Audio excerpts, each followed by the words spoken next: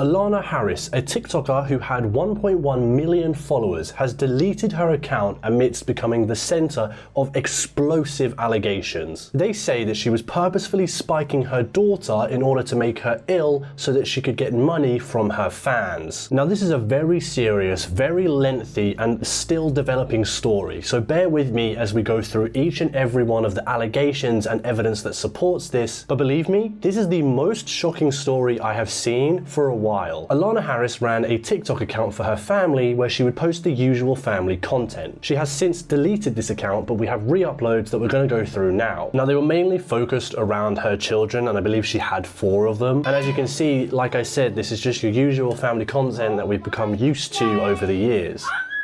You may have noticed that I'm choosing not to use the kids' names, and I've blurred any time they show up. And this is because, as some of you may already know, I really dislike the idea of family channels, and I don't really think it's fair for the kids to be posted online for millions of people to look at, especially in this situation when they are the victims here. But she then started to post videos like this, where she would talk about her youngest daughter going to the hospital. We're just told that our daughter's brain is covered in tumours, and what is worse is that we found this out on the same day that our other daughter passed away 4 years ago. I don't know whether that's like Lily saying that she's here with us, or if it's just a really shitty day. And you might be wondering why it says, "and yet not one tear shed." Well, firstly, that's because this is a re-upload, but secondly, that's because people have started to think that she had been faking these reactions all along. And even in this video, people have said that her crying isn't actually her crying and she's just acting. There's also this quote from an old Facebook post where she again talks about her daughter going to the hospital. Was once a bright and bubbly little girl that has recently taken an unfortunate turn and has now put herself in what appears to be a comatose state for over 100 hours. Unfortunately, there aren't any medications or stimulants that are safe for Daisy to have to help her wake.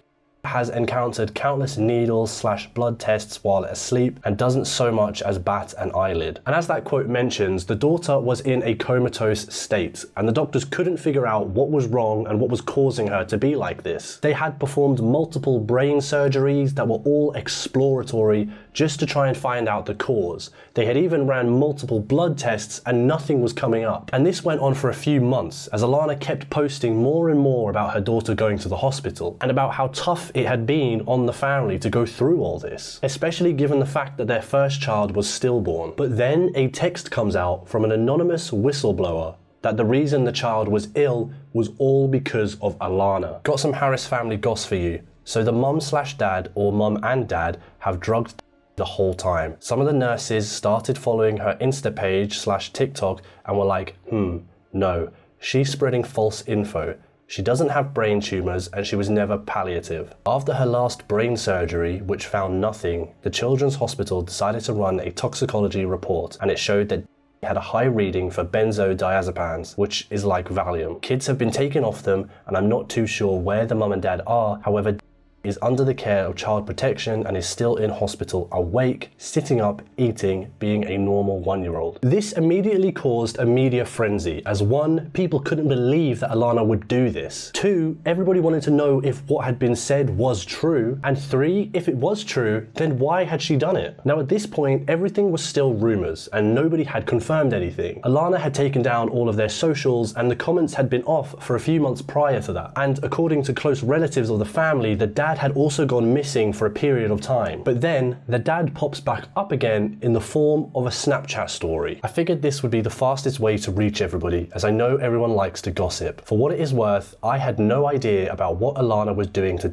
I pushed for those surgeries because in my heart I felt that it would help. I didn't realize that was being drugged the entire time, causing her symptoms to be what they are. I'm not everybody's cup of tea, but I'm a good dad, and I do my best to love and protect my children. I should have done better for them. I'm sorry I couldn't protect the way I should have. The children have been taken into custody under speculation I potentially had something to do with this. On everything I have ever known and ever loved, I had no idea what Alana was doing. Alana, you're an absolute monster. You win. To all 4 of my beautiful, beautiful children, I love you so dearly. I'm so sorry. So now everyone's going even crazier because he has all but confirmed the rumors to be true, that Alana had been poisoning their daughter and he had no idea. And a lot of similar questions started to come up. Things like, how did he not know? How did the doctors not find out sooner? And why did the blood tests keep coming back empty? Now, from what I've read in my research into this topic, it seems that the dad is an FIFO minor, which stands for fly in, fly out. And you might already be able to work out what that means, but basically it means that he would fly out to wherever he was going to work, stay there for a while, work, and then fly back, meaning he wouldn't be around the house as much. There's also the point that people make that Alana would have been the primary caregiver, so it makes sense that she would have spent the most time around their youngest child. So from those two things, I can understand how he would be just as in the dark as the rest of us. And if it is true that he had absolutely no idea what was going on, then I feel so sorry for him, because the pain he must feel from realizing that someone he cares for has been hurting his children for so long. His children who he holds so dearly, and he couldn't do anything to stop it. And even now, his children have been taken away from him, and he doesn't know when he'll get to see them next. As a dad myself, I can't imagine the pain that he must be going through, just knowing that he could have done something but he just had no idea what was going on. And again, I do have to say that obviously this is just his statement, nothing's confirmed, but if it is true, then my heart really does go out for him. Then there's the question of how the doctors didn't find out sooner and how the blood tests kept coming up empty. Well, again, from what I've read and understood, supposedly all the surgeries that were done on the child were exploratory, which means they go in, they take something out, they examine it to try and figure out what the problem is.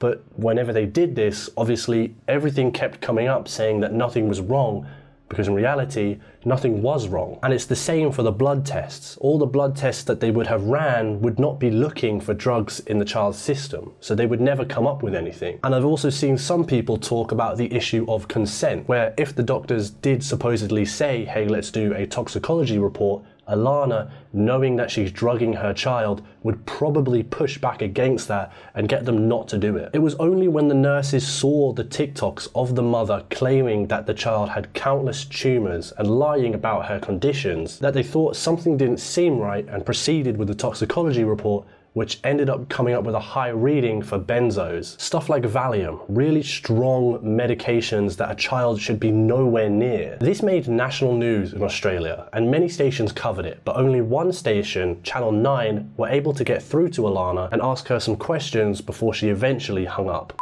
Speaking. It's Bailey from 9 News here. How are you? Oh, good, thank you. How are you? Good. I was just hoping to ask a couple of questions. It is so unfair, and it's getting addressed at the moment with the proper council. Is that why you've shut the post down and everything as well? Is that why you've deleted the post? I can't speak too much. I will get my lawyer to contact you, Bailey. I do really appreciate the call. Did you harm your daughter? No, I can't talk to you, Bailey. That's why I've talked to you. I've said this is a matter that cannot be spoken on. Some commenters pointed out that her saying "I'm good" almost implicated her more, because they feel that yes, if she's innocent, she wouldn't want to talk about the situation without the proper counsel. However, they don't feel that it would be right for her to say that she's doing good. As for why this all happened, if it did, nobody can really know except for Alana. But people have started to speculate that it could be due to their first child's passing, with one nurse unrelated to the incident talking about it on TikTok. I will say a lot of people too have said, as far as her first child that passed goes, she was a stillborn, okay? So that makes sense. But I do think it says a lot that on the anniversary of her first child's passing is when her 1-year-old Daisy got diagnosed.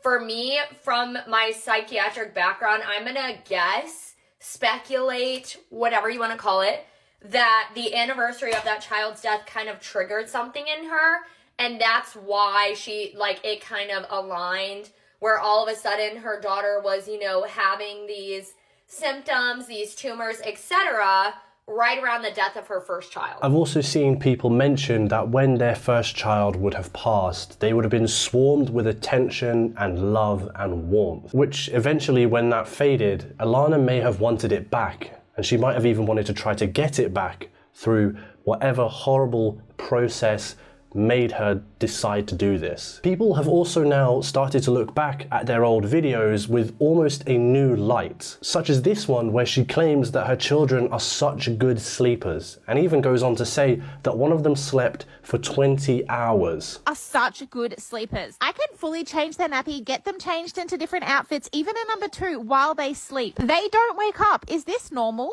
Like, don't get me wrong, I'm super grateful for really good sleepers. To be honest, she is probably the best sleeper out of all of them. She goes to sleep in the afternoons, and I usually wake her up to go to school drop-off. Must be growing or just tired today because she crashed again on the couch this afternoon. Look how sweet she is just laying there. And I didn't realize it the first time I watched that, but the second child that she mentions is the one that was put in this comatose state. The child that she says was such a good sleeper that she slept from the afternoon and had to be woken up in the morning. And for all we know, this video could be completely unrelated to the actual incidents, but one of the main side effects of diazepam or Valium or benzos is feeling sleepy, which obviously, with the daughter being in a comatose state who can't wake up from surgeries or anything, that does not look good. There's also the rest of the video that we were watching at the start, where she spoke about her child going to the hospital. Well, the second half of that video, she then starts to get upset over a coffee machine. And some people pointed out that whilst her original tears looked fake, she seemed to be more upset about the fact she didn't have a coffee machine than the fact her daughter supposedly was riddled with tumours. But I need a coffee, so let's make a coffee together. I also don't have a coffee machine, and I really need a new coffee. Like, I really need a real coffee right now. But I've just got the stick ones. It's gonna do, it's gonna have to do. And I could be looking into this too much, but upon watching it again just now, it seemed like there was a moment there where she kind of thought to herself, hang on, I need to be upset again, or I need something to be able to cry about. But I need a coffee, so let's make a coffee together.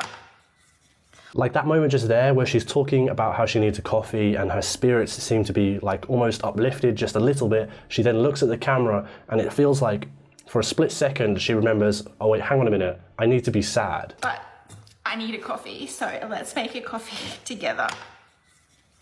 I also don't have a coffee machine. Now, me saying that is complete speculation. I have no way of confirming whether or not that's true. I've also not seen anybody else say this, but that felt slightly odd to me. But this is a developing story, and the investigation into these very heavy allegations has only just started. So as for what's happening right now, well, their GoFundMe page has since been deleted. I don't know if that's from GoFundMe themselves taking it down, or if the family has somehow taken it down.